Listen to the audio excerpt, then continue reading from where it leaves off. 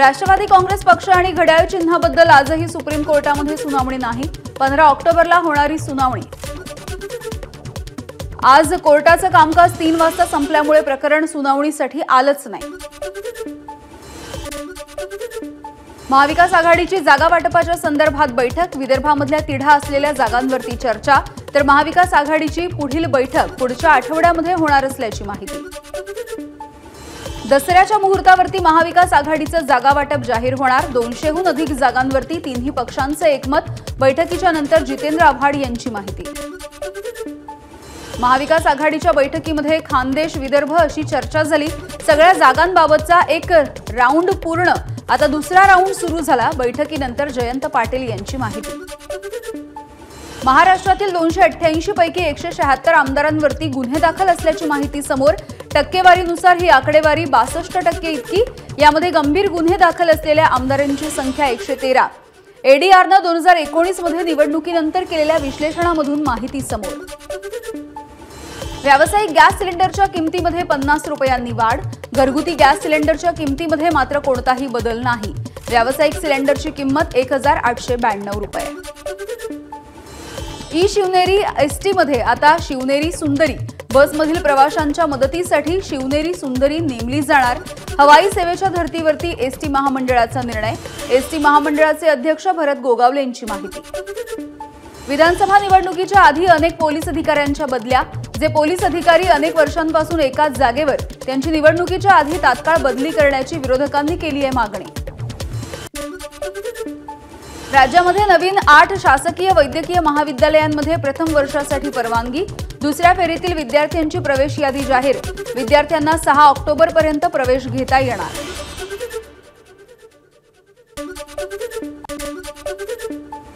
मालवणमधील राजकोट पुतळा दुर्घटनेचं प्रकरण। जयदीप आपटेचा जामीन अर्ज जिल्हा न्यायालयानं फेटाळला।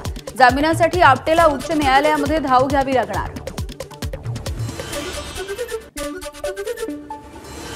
शिवसेनेचा दसरा मेळावा बीकेसीच्या मैदानावर होणार। एकनाथ शिंदे यांच्या नेतृत्वामध्ये होणारा हा तिसरा दसरा मेळावा। मेळाव्यासाठी 40,000 शिवसैनिकांची आसन व्यवस्था। नायर हॉस्पिटलमधील लैंगिक छळवणुकीच्या प्रकरणी डीन मेढेकर यांची झाली बदली। प्रकरणाची चौकशी करण्यासाठी विशेष चौकशी समिती नेमण्याचे मुख्यमंत्री शिंदेंचे आदेश। बदलापूर घटनेमधील फरार आरोपींना दिलासा देण्यासाठी हायकोर्टाचा नकार। आरोपी संस्थाचालक उदय कोतवाल आणि सचिव तुषार आपटे यांची अटकपूर्व जामिनासाठीची याचिका हायकोर्टानं फेटाळली। मुंबईमध्ये सप्टेंबर महिन्यात 9111 घरांची विक्री। या गृहविक्रीमधून मुद्रांक शुल्काच्या रूपामध्ये राज्य सरकारला मिळाला 876 कोटी रुपयांचा महसूल। 2024 मधील आतापर्यंतची ही सर्वात कमी घरांची विक्री। पितृपक्षामुळे घर विक्री कमी झाल्याचं म्हटलं जात आहे। आईची हत्या करणाऱ्या मुलाची फाशी हायकोर्टाकडून कायम। 28 ऑगस्ट 2017 मध्ये कोल्हापूरमधल्या माकडवाला वसाहतीमधली घटना। आरोपी समाजामध्ये राहण्यासाठी योग्य नाही, कोर्टाचा निर्णय। बदलापूर नगरपालिकेमध्ये सकल मराठा समाजाचा राडा। छत्रपती शिवाजी महाराजांच्या पुतळ्याच्या उभारणीमध्ये भ्रष्टाचार होत असल्याचा आरोप। अविनाश देशमुख यांनी बांधकाम विभागाला लावलं नोटांचं तोरण। सांगलीमध्ये मुख्यमंत्री एकनाथ शिंदे यांच्या हस्ते टेंभू योजनेच्या 6व्या टप्प्याच्या कामांचा शुभारंभ। टेंभू योजनेच्या 6व्या टप्प्याला अनिल बाबर यांचं नाव देणार। मुख्यमंत्री शिंदे यांची घोषणा। गुजरातची अमूल कंपनी महाराष्ट्रामध्ये करते विस्तार। पुण्यामध्ये अमूलचा आईस्क्रीम निर्मितीचा प्रकल्प 31 ऑक्टोबरपर्यंत कार्यान्वित होण्याची शक्यता। महाराष्ट्रामध्ये अमूलचा विरारला सुद्धा आहे एक प्रकल्प। नवरात्रीच्या निमित्ताने अंथरूण पांघरूण विशेष करून गोधड्या धुण्यासाठी महिला वर्गाचं प्राधान्य। कोल्हापुरातल्या रंकाळा परिसरामध्ये नागरिकांची अंथरूण पांघरूण धुण्यासाठी गर्दी। अंथरूण पांघरूण उन्हात वाळत घातल्यामुळे रंकाळा कलरफुल।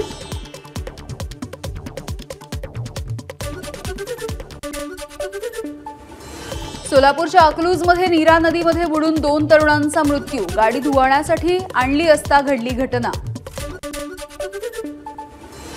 राहुल गांधींना नाशिक जिल्हा न्यायालयाचं समन्स। स्वातंत्र्यवीर सावरकर यांच्याबद्दल आक्षेपार्ह विधान केल्याच्या विरोधात नाशिकच्या जिल्हा न्यायालयामध्ये दाखल याचिका प्रकरणामध्ये समन्स। नाशिक जिल्ह्यामधील मालेगाव जवळील निळगव्हाण इथे 5 78 हेक्टर क्षेत्रामध्ये डाळिंब इस्टेट स्थापन करणार, मंत्रिमंडळानं दिली मंजुरी। त्यासाठी 53 कोटी रुपयांच्या निधीची तरतूद, नाशिकचे पालकमंत्री दादा भुसेंची माहिती। रोहित पवारांच्या कंपनीने केलेल्या फसवणुकीच्या विरोधात अहमदनगरच्या कर्जत तहसील समोर शेतकऱ्याचं उपोषण। आपली जमीन बारामती ॲग्रो कंपनीला विकली, मात्र कुठलेही पैसे न देता जमीन दुसऱ्या व्यक्तीला विकल्याचा शेतकऱ्याचा आरोप। नाशिकच्या मुंबई नाका पोलीस ठाण्यामध्ये हिंदुत्ववादी संघटनेच्या कार्यकर्त्यांची घोषणाबाजी, इम्तियाज जलील यांच्यावर गुन्हा दाखल करण्याची मागणी। जलील यांच्या तिरंगा रॅलीमध्ये छत्रपती संभाजीनगर हे नाव असलेल्या बोर्डावर काळं फासल्यामुळे सकल हिंदू समाज आक्रमक। अहमदनगरमध्ये पाथर्डी शेवगाव मतदारसंघासाठी भाजपच्या इच्छुक उमेदवारांच्या मुलाखती सुरू असताना गोंधळ, भाजपच्या 2 गटांमधील अंतर्गत कलह आला समोर। विजय साने घेतायत इच्छुक उमेदवारांच्या मुलाखती।